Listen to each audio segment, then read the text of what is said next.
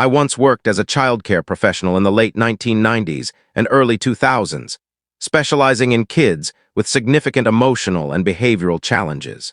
One case that haunts me is that of an 8-year-old girl who endured sexual abuse from her father starting at age 4, possibly earlier. The most horrific detail is that her mother was also her sister. She was born from an incestuous relationship between her father, who was also her grandfather, and her sister, who was also her mother. I learned that her sister mother was only 12 when she became pregnant with her.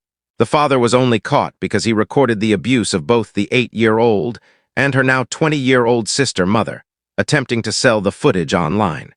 He sold it to an undercover FBI agent. For the video, he was sentenced to 15 years in prison. I was never informed about the penalties for the abuse itself. What kind of nightmare was this family living in? Is the child okay? Tragically, no.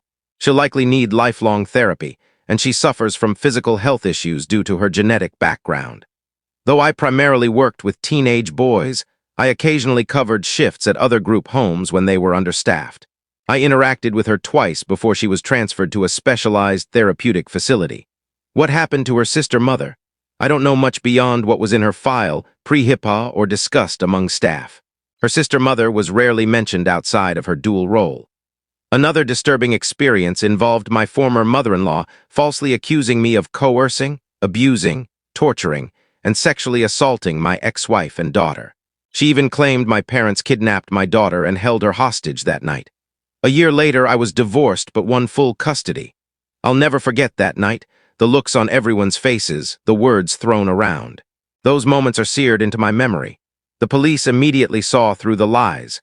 Both officers, one male and one female, approached me separately and could tell the accusations were baseless. My ex-wife's family has no contact with my daughter. They disowned her when I pursued custody. My ex-wife gets 2 days a week with her but needs my permission for any decisions.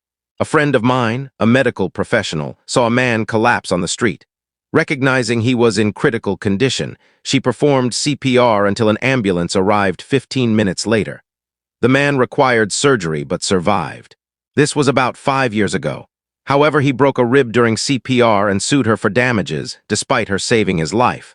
Fortunately, he lost the case, but the betrayal lingered. A similar thing happened to my stepfather, a nurse and a large man. I don't like him, but he once performed CPR on an inmate at the prison where he worked, accidentally breaking a few ribs. The man survived but sued him. He didn't win, but the audacity was infuriating. The most malevolent person I've known was my grandmother. Her traumatic upbringing might explain some of her behavior, but her cruelty was extreme.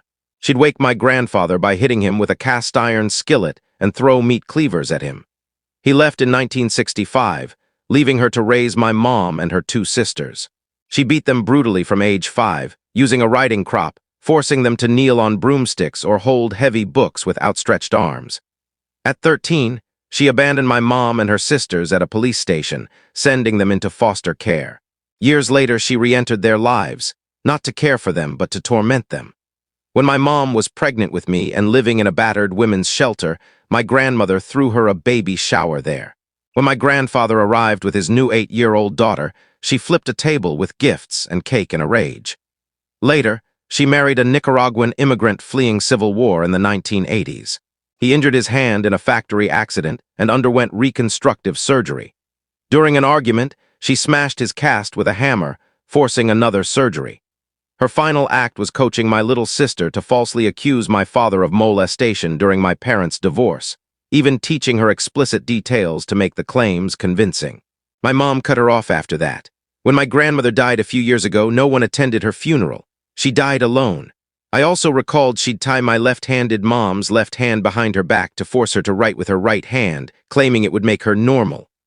My non-biological uncle, my cousin's father, whom we call the sperm donor, was despicable. He kidnapped a 12-year-old girl, luring her with promises of a pool party.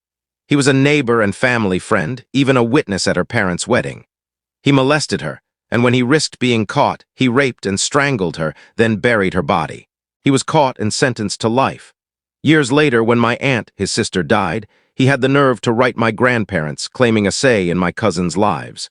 When I was 13, my aunt's boyfriend offered to drive me to the neighborhood pool. Instead, he drove me into the mountains.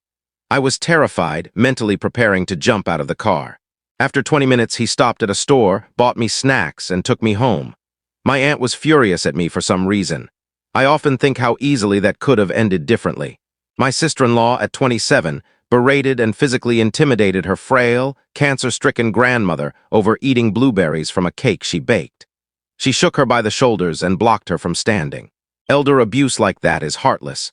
Sadly, there were no consequences. The grandmother died of colon cancer last year. Her dementia likely contributed to the incident. She ate the berries out of hunger. No one intervened during the outburst.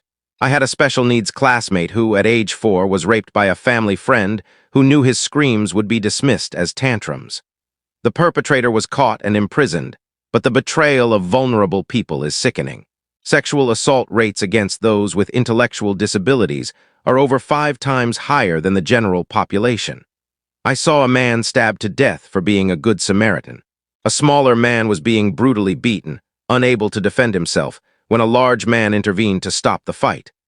While he was yelling at the aggressor, the smaller man whom he was protecting stabbed him twice, killing him. It pains me that he died helping someone who turned on him. Why didn't he stab the man beating him instead? The killer got just 6 years, likely due to his parents' connections. He now brags about his body count and is reportedly abusive to his wife and stepchildren. The men didn't know each other. The Good Samaritan had been celebrating good news with strangers that night. One of my kindergarten students, a 5-year-old girl, tried to take her own life in my classroom. She ran to a small balcony, said, "I want to die," and tried to climb over the railing. I grabbed her in time. Her mother admitted to abusing her and showed no concern. This was outside the U.S., where child services were limited. I urged the mother to stop the abuse and get her daughter counseling, but I don't know if she followed through. I haven't seen the girl since. While teaching swimming to kids with disabilities, I worked with a 12-year-old boy, only 3 feet tall, with severe mental and physical challenges. He was joyful and loved the water, but my mentor explained he'd been a healthy baby until his father threw him downstairs. The father was no longer in his life, and the boy had no memory of the trauma, remaining the happiest kid I ever taught. I worked with human rights monitors in mental health facilities in South America, specifically Guatemala and Mexico.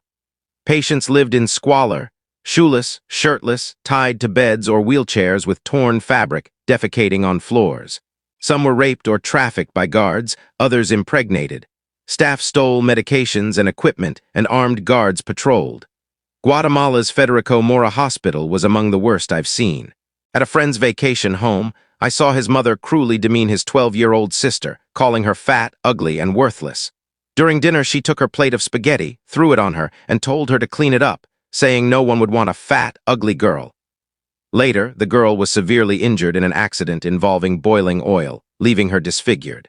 The mother's negligence contributed, as she left the girl to cook unsupervised. I found her on Facebook recently. She's alive, posting Christian content, but shares no photos of herself. As a coroner's office worker, I handled the case of a newborn found frozen solid. The parents had drowned and strangled the baby, then stored the body in a freezer while planning disposal.